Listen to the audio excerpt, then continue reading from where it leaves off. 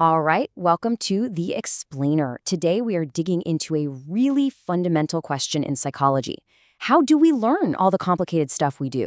I mean, is it really just trial and error, or is something else going on? For a long, long time, a lot of psychologists were all about behaviorism. The idea was pretty simple. We only learn from direct rewards and punishments. You do something good, you get a cookie. You touch a hot stove, you get burned. Makes sense, right? But that whole idea kind of falls apart when you think about really complex stuff. How do we learn a language? Or how to be empathetic? We pick that stuff up way too fast for it to just be trial and error. So, enter Albert Bandura. In the 1960s, this psychologist comes along and completely flips the script. He puts forward this, revolutionary idea. He said, hey, what if one of the most powerful ways we learn is just by watching other people? And he gave it a name: observational learning. Think about it. It's the idea that you don't actually have to be the one touching the hot stove to learn that it's hot. You can just watch someone else do it and go, ooh, okay, not going to do that. It's like learning from their experience, their successes, and definitely their mistakes. This was a huge deal, a total cognitive shortcut, and it really did change everything. Okay, so having a cool theory is one thing, right? But you've got to prove it.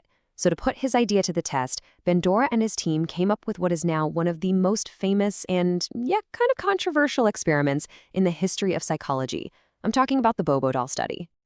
The setup itself was just genius in its simplicity. They brought a bunch of young kids into a playroom. Some of the kids watched an adult just playing quietly with the toys, but the other group, they watched an adult get up and just go to town on this big inflatable clown doll named Bobo. I mean, they were hitting it, kicking it, yelling at it. And then the researchers just left the kids alone in the room with the doll to see what would happen next. But Bandura took it a step further. He wanted to know, does it matter what kind of model you see? So they had different groups of kids.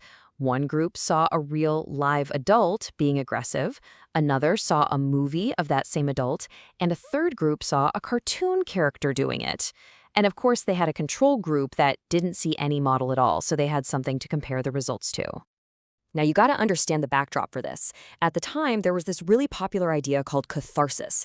The theory was that if you watch someone else be aggressive, it kind of gets it out of your system, right? Like a release valve that makes you less aggressive. So Bandura's experiment was basically a direct shot at that whole belief. All right, so this is the big moment, the million-dollar question. What happened when those kids were left alone with Bobo? Did watching all that aggression make them calmer? Did it have that cathartic effect? Well, the results were, let's just say, incredibly clear and pretty dramatic. The kids who saw the aggressive model weren't just a little more aggressive. No, they were about twice as aggressive as the kids in the control group. It wasn't just imitation, it was a huge increase in aggressive behavior. This just brilliantly showed the raw power of observational learning. That whole catharsis theory, it didn't just fall flat, it was totally demolished. And get this, it wasn't just random aggression. The kids were copying the models with scary precision. I'm talking kicking, punching, hitting the doll with a mallet. They were even using the exact same words the adults had used. They had learned an entire script for aggression just from watching for a few minutes. But here's the thing. Bandura's whole theory is way more sophisticated than just monkey see, monkey do. The Bobo doll experiment was really just one piece of a much bigger puzzle he was putting together about how our personalities work and how we navigate the world around us. He came up with this concept called triadic reciprocal causation.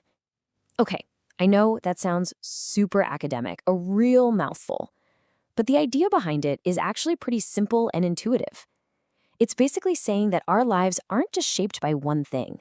Instead, there's this constant back and forth dance between three major factors. Let's break it down using the experiment. You've got the environment, which is the kid seeing an adult punch the doll.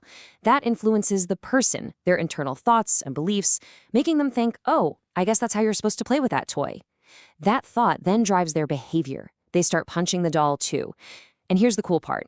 That action now changes their environment, and the whole loop starts over again.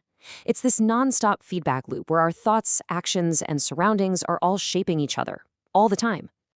So let's get to the takeaway. Why does this experiment from over 60 years ago still matter so much? I mean, why are we still talking about a poor inflatable clown getting beaten up in a psychology lab? Well, for one, it's powerful proof that what we see really does shape what we do. This study was some of the first hard evidence in that huge debate about media violence, a debate that's obviously still going on today. But on a deeper level, it shows us something amazing about ourselves. We're not just passive products of our environment, you know? We're not just sponges. Our own behavior actively shapes the world around us. We are, in a very real sense, both the artists and the canvases of our own lives. And that really leaves us with a big final thought to chew on. If we're all constantly learning by watching, it kind of makes you stop and ask, doesn't it?